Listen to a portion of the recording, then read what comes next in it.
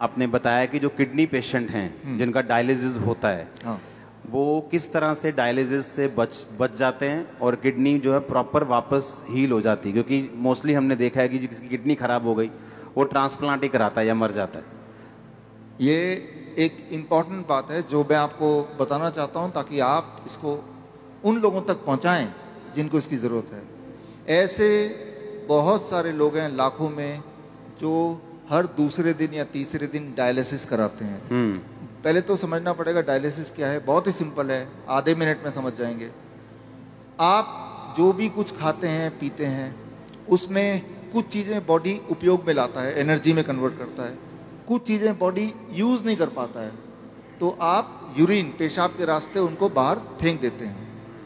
तो वो पेशाब कैसे बनता है, वो किडनी का काम होता है। उसके अंदर वो सारी चीज़ें हैं पेशाब में जो बॉडी को नहीं चाहिए, तो बॉडी ने उसको बाहर भेज दिया। क्रेटनाइन है, यूरिया है, यूरिक एसिड है, ऐसे बहुत सारी चीज़ें हैं, छोटे मोटे प्रोटीन हैं अलग अलग तरह के जो बॉडी को नहीं चाहिए। तो बॉडी ने पेशाब किया, आप बोलेंगे अरे मुझे पेशाब आ रहा है, तो वो किडनी ने बाहर भेजने का तैयारी कर ली है और आप गए और आपने अपने आप को हल्का किया, ठीक हो गया। ये तो हुआ नॉर्मल। आपका बॉडी खुद ही आपका डायलिसिस कर रहा है। डायलिसिस ये है, हमारा बॉडी हमारे अंदर की जो चीज़ जो हमें नहीं चाहिए वो बाहर फेंकने का रास्ता बनाया, इसे कहते हैं डायलिसिस। यानी कि हमारे सबकी बॉडी करती है इसको। अगर वो करना बंद कर दे, किडनी अपना काम करना बंद कर दे, अब जब मैं पानी पी रहा हूँ और बॉडी को उनमें से कई सारी चीज़ नहीं चाहिए लेकिन बाहर का रास्ता बंद है, तो बॉडी क्या करेगा, गुब्बारे की तरह, बैलून की तरह उस पानी को, उस फ्लूइड को बॉडी में ही इकट्ठा होता रहेगा। ऐसे लोगों के पैर आप देखेंगे हाथी की तरह हो जाते हैं, सूज जाते पैर, हाथ सूज जाते हैं, पैर हाथ सूज जाते हैं, गले मुंह सूज जाता है। तो क्या है, उनका जो यूरिन आउटपुट है, पेशाब या तो कम हो गया है या खत्म हो गया है। अगर आपसे बोलें कि एक दिन बिना पेशाब किए रहना है, इम्पॉसिबल। कितना दर्दनाक हो सकता है। और ऐसे लोग फिर मशीन की मदद लेते हैं। वो मशीन वो खींचता है खून में से वो ऐसे पानी जो खराब है और निकाल के बाहर करता है। इसका मतलब हर दूसरे दिन उसको ऐसा करना पड़ता है और दूसरे दिन तक बॉडी में पानी जमा रहता है। और जबकि बॉडी में पानी जमा रहेगा तो उसका हार्ट के ऊपर भी बोझ है, लंग्स के ऊपर भी बोझ है। हर दिन वो कमज़ोर होता जा रहा है, हर दिन वो मरता जा रहा है, डायलिसिस कराने के बावजूद भी या डायलिसिस कराने की वजह से भी, क्योंकि डायलिसिस भी किडनी को और फर्दर खराब करती है। तो अब आपको समझ आ गया कि प्रॉब्लम क्या है, डायलिसिस किसे कहते हैं, किडनी खराब होना किसे कहते हैं। ऐसे लोगों को पहचानेंगे कैसे, आप जब देखेंगे। हम कैसे पहचानते हैं ऐसा पेशेंट को, कोई रिपोर्ट की ज़रूरत नहीं है, मुझे, आपको भी ज़रूरत नहीं है। आप सिर्फ ऊपर से नीचे देखेंगे, अगर पैर हाथ में सूजन है थोड़ा बहुत भी, तो समझ लीजिए कि किडनी फेलियर की तरफ आप बढ़ चुके हैं। लेकिन घबराने की बात नहीं है। पहली बात, जब सूजन होती है बॉडी में, पानी जम जाता है तो सांसें भी नहीं ले पाता है, मुश्किल से लेता है, तो ये भी गड़बड़ है। वो चलता है थक जाता है, ये भी गड़बड़ है। तो ये तो हो गया। अब करना क्या है, सोल्यूशन क्या है, आपके बॉडी के अंदर से पानी को निकालना है। उसके लिए बड़ा आसान गॉड का दिया हुआ सोल्यूशन आपके पास ही है इसी वक्त। तीसरा kidney, third kidney. Third kidney किसे कहते हैं, आपका स्किन, सबसे बड़ा बॉडी का ऑर्गन। आपके स्किन में देखेंगे छोटे छोटे छेद हैं, है ना। तो ये जो छेद हैं, ये छेद से पसीना निकलता है। आप पसीने का एक बूंद लीजिए, पेशाब का एक बूंद लीजिए, दोनों को लैब में ले जाइए। अब पूछिए कि इसमें क्या है। पेशाब के एक बूंद में क्रेटनाइन, यूरिया, यूरिक एसिड, वो सारा कुछ मिलेगा जो पसीने के एक बूंद में मिलेगा। अच्छा, हाँ, यानी कि पसीना और पेशाब सेम है, अलग अलग नहीं है, बिल्कुल सेम है। केमिकल कॉम्पोजिशन दोनों का सेम है। उसमें भी सोडियम है, उसमें भी सोडियम है, उसमें भी पोटेशियम, उसमें भी पोटेशियम है। आपका पसीना एक तरह से बॉडी का पेशाब का ही एक और फॉर्म है। आपका जो स्किन है, ये भी भगवान का बनाया हुआ इमरजेंसी किडनी है, इमरजेंसी किडनी।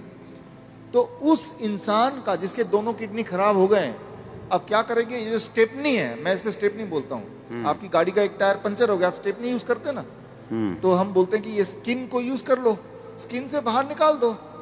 अब सवाल आता है स्किन से कैसे निकालें। स्किन से निकालने के तरीके, अभी बाथटब का वीडियो प्लीज चला दें। ओके, चलाओ वीडियो बाथटब का। हमारे हॉस्पिटल में, हिम्स हॉस्पिटल है, डेरा बसी में है, अभी जलंधर में भी खुल गया है। आप देखिए यहाँ पे वीडियो। ये जो लोग आप देख रहे हैं, ये पानी के टब में बैठे हुए हैं। पानी का टेम्परेचर याद रखिएगा 40 डिग्री सेल्सियस पे है। पानी गले तक है।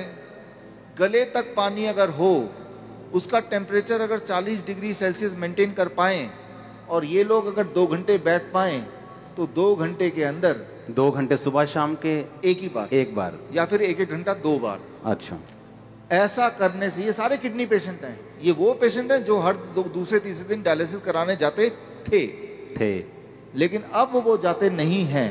क्यों? क्योंकि वो अब ऐसा करते हैं, इससे उनकी तीसरी किडनी से वो सारा जो मल है जो पेशाब के रास्ते नहीं निकल पा रहा था, वो निकल जाता है। पहली बात। दूसरी बात, और ऐसे टब में, कोई भी टब में बैठ जाना है, कोई भी टब में, कोई भी टब हो, और उसमें जो पानी है उसे 40 डिग्री पे ही रखना है। 40 डिग्री पे रखना है। और नापना कैसे? थर्मामीटर से। थर्मोमीटर आप 150-200 रुपए का मिल जाएगा। पानी नापने वाला, जो पानी नापने वाला स्पेशल थर्मामीटर, स्पेशल थर्मोमीटर 150-200 में मिल जाएगा। हाँ, उसको चेक करते रहना कि वो 40 डिग्री पे मेंटेन रहे। अगर कम हो गया, गर्म पानी डाल लेना है, गर्म पानी डाल देना, 2 घंटे बैठना है। 2 घंटे बैठना है। ये टेम्परेरी सोल्यूशन है कि किडनी हील भी होगी? इसमें मैं आता हूँ। हाँ, ये किडनी हील होगी, लेकिन कैसे? 2 चीज होगा उसके साथ। आप अगर ये करेंगे तो एक्सपेरिमेंट करने के लिए उस इंसान का पहले आप बोलिए कि वजन करे, क्योंकि वजन में वो अंदर पानी है। 2 घंटे बाद दोबारा वजन करेंगे तो आधा किलो, 1 किलो, 1.5 किलो वजन कम मिलेगा। मतलब बाहर आ गया, वो बाहर आ गया। पहली बात। आप एक और काम करें, उनके पैरों के सूजन के फोटो खींच लें। 2 घंटे बाद दोबारा देखें, अरे सूजन कहाँ गया? अरे बाहर चला गया, उसको बॉडी ने बाहर भेज दिया। एक और काम करें, किडनी पेशेंट की एक दिक्कत होती है, उनका बीपी बहुत हाई रहता है। क्यों? गुब्बारे को जैसे फुलाएंगे तो प्रेशर बढ़ गया ना, तो बॉडी भी तो गुब्बारे की तरह फूल रही है, पानी अंदर डल डल के, तो प्रेशर बढ़ता जा रहा है। तो चाहे कितनी भी दवा खा लें किडनी का पेशेंट, प्रेशर उनका बहुत ज्यादा होता है, ब्लड प्रेशर। अच्छा, लेकिन तो अब पहले प्रेशर नाप लें, ज्यादा ही मिलेगा, 200/100। अब पानी में बिठाएं, और अब पानी में बिठाने के बाद 2 घंटे बाद दोबारा प्रेशर नापें, तो प्रेशर कम हो जाएगा। कम से कम 40 यूनिट कम हो जाता है, किसी का 20 यूनिट कम हो जाता है, लेकिन कम जरूर होता है, हर एक का कम होता है। तो जो मेन सिम्टम होते हैं किडनी पेशेंट के, वो सारे सिम्टम एक क्लासिक सिम्टम होता है। मोस्टली बोलते हैं कि किडनी आपकी श्रिंक हो गई है जी, किडनी सुंगड़ गई है, सिकुड़ गई है, वो काम नहीं कर रही। हाँ, वो फिर से बढ़ेगी कि नहीं बढ़ेगी, ऐसे ही रखना पड़ेगा पेशेंट को? ये बड़ा इंटरेस्टिंग है। ये सवाल बहुत सारे पेशेंट ठीक होने के बाद भी पूछते हैं। ठीक होना कैसे पता चल गया? कि अब उनको ये करने की जरूरत नहीं है। 3 महीना लगातार करने के बाद अब करने की जरूरत ही नहीं है।